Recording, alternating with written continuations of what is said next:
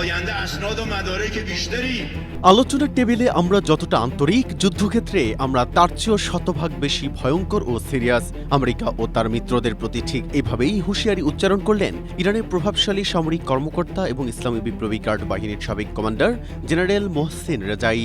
با این شعار داره سرزمین ها رو میگیره তিনি সাফ জানিয়ে দিয়েছেন, যে কোনো কূটনৈতিক আলোচনায় ইরান সবসময় আন্তরিকভাবে অংশ নেয়, তবে সমঝোতার আগে আমেরিকাকেই প্রথমে বাস্তব ও দৃশ্যমান পদক্ষেপ নিতে হবে।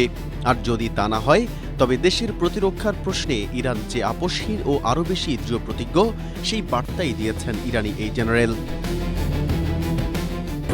স্ট্রবেরি সুপার ডটেড ও ক্লাসিক ভ্যারিয়েন্টে সেন্সেশন জাগুক শিহরণ।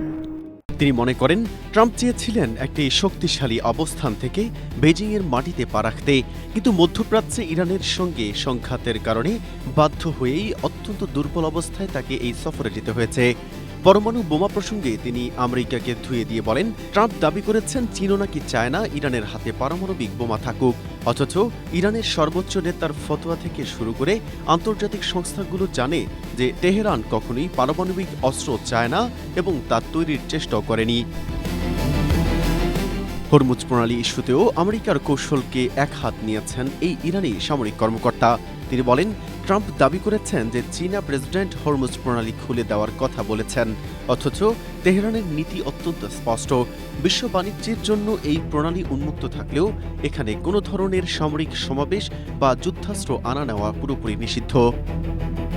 মেহেদী হাসান, এশিয়া পোস্ট।